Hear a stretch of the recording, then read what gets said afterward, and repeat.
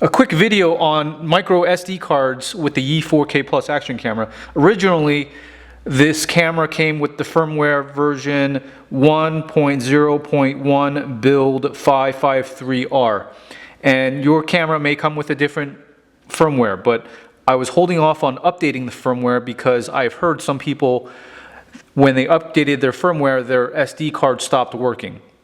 And so I finally upgraded my firmware to 1.0.4 build 620R, and the only reason I did upgrade because I have 4 SD cards now that are all different, and I was hoping that at least one of them still would work after the upgrade. I have a mix of micro SD cards here. All of them worked before the firmware upgrade, and after the firmware upgrade, one of them stopped working. I have a mix of SD cards that are different classes. Two of them are U3 and 2 of them are U1. So Yi recommends the SD cards being U3, and they show recommended SD cards on the pamphlet that came with your camera. Also, I should mention on their pamphlet, they only recommend SD cards up to 64 gigabytes.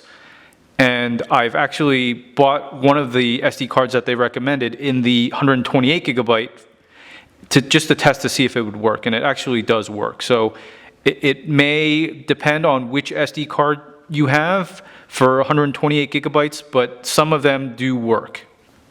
I'm going to assume that all the SD cards that they recommend in the 64 gigabyte version will also work in the 128 gigabyte version, but that's just speculation on my part.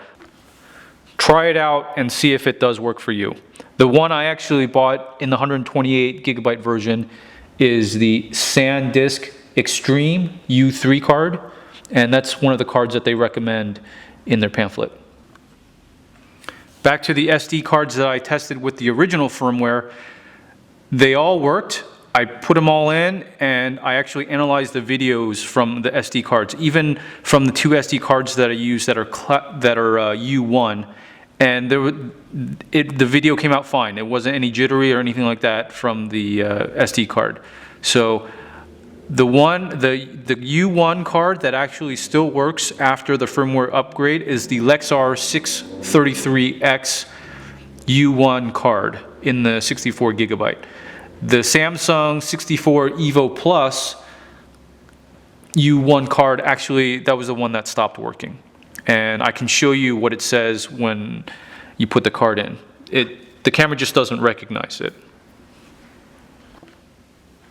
All right, so I'm going to put in the SD card that stopped working after the firmware upgrade.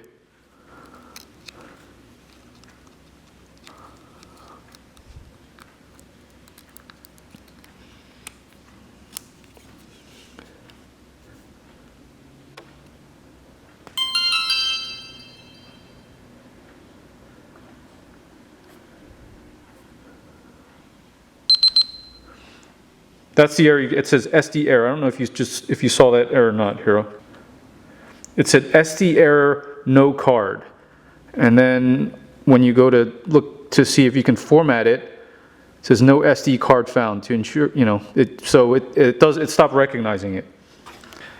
So if you upgrade your firmware and it stops working and you only have one SD card, you're really stuck. I looked on the Amazon.com Yi product page. Somebody actually did that, and Yi surprisingly responded and basically said, here's a beta firmware version that you can try to download and see if that fixes the problem. As of now, I'm not going to roll the firmware back on the camera to the old version, just because I have other SD cards that I can use, and hopefully a future firmware update will enable the U1 card that stopped working.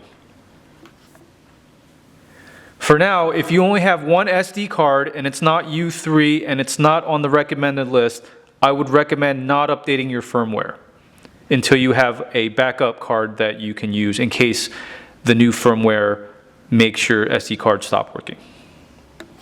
Again, for clarification, I want to mention that the SD card is perfectly fine. It doesn't destroy your SD card or anything. I put it in my computer and you can format it and everything. It's just the camera won't recognize it. I did a quick bitrate test on some of the videos and with the different image quality settings. On the high setting, the bitrate varies between 130 and 139 megabits per second. On medium, it varies between 98 and 100 megabits per second. And finally, on low, it varies between 58 to 62 megabits per second. So at the very highest bitrate you'll get in 4K 60 frames per second, in the high setting is 139 megabits per second, which comes out to be 17.37 megabytes per second. So they do recommend a U3 card because that card can have a sustained write speed of up to 30 megabytes per second, so you have a lot of room. If you have a U1 card that currently works, that is great, and hopefully it will continue working in future firmware upgrades. I would not recommend going out and buying a U1 card, because who knows, in a future firmware upgrade, the U1 card that is working right now, it might stop working. So to be on the safe side, make sure you buy a U3 card that is on the recommended list.